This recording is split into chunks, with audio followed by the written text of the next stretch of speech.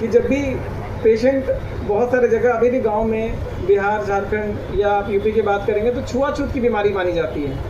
तो जो सबसे कॉमन क्वेरी जो हमारे हेल्पलाइन पे आती है, जब हमने हेल्पलाइन बनाया है कि छूने से तो कैंसर नहीं हो जाएगा, हम उनके साथ खाना खा सकते हैं क्या?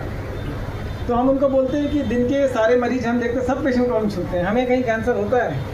कोई इतना बढ़ के कैंसर कैसे हो सकता है?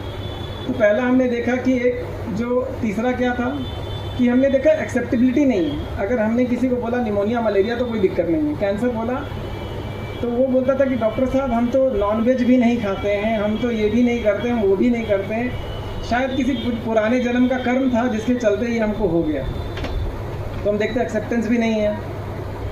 अब हमने चौथा देखा कि समाज का जो सपोर्ट है, एक अगर आप किसी को बोल दें कि वो कैंसर पेशेंट है तो एक हीन भावना आ जाती है उसके ऊपर। आप न्यूज़पेपर में अमूमन पढ़ते होंगे कि कैंसर की बीमारी हो गई, कंपनी ने बोला कि हम आपका इंश्योरेंस नहीं बेयर कर सकते हैं, आपको कैंसर की बीमारी हो गई, लोग उनको अपने यहाँ काम पे रखना नहीं चाहते हैं। तो ये एक था कि सोसाइटी भी आपको सपोर्ट नहीं करती, एक हीन भावना से देखती है। और पांचवा हमने जो देखा कि जो छोटे शहरों में उनके पास आयुष्मान आने के पहले इंश्योरेंस नहीं होने के कारण या फिर आर्थिक एक बहुत बड़ी तंगी हुआ करती थी।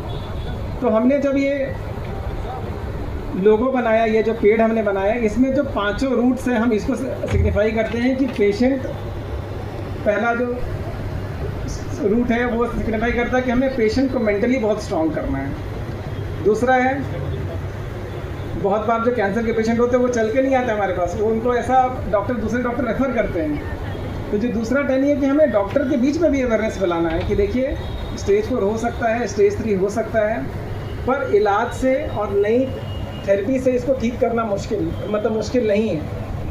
मुझे आप लोगों को बताते हुए बहुत ही खुशी होती है कि जब अभी हमारे बीच में या हमारे जो सोसाइटी में बहुत सारे ऐसे सिविल सर्वेंट्स हैं, जजेस हैं या फिर डॉक्टर्स हैं, मेरे तो बहुत सारे पेशेंट्स भी डॉक्टर हैं, जो आज भी उनके कंपाउंडर को भी नहीं पता है कि उनको कैंसर है और ठीक हो।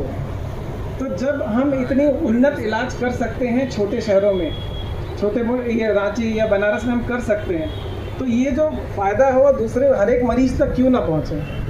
इसके जानकारी के अभाव में लोग महानगरों को पलायन करते हैं। जो तीसरा रूट ये डिनोट करता है कि हम अपने सोसाइटी को स्ट्रॉन्ग करना है, हमें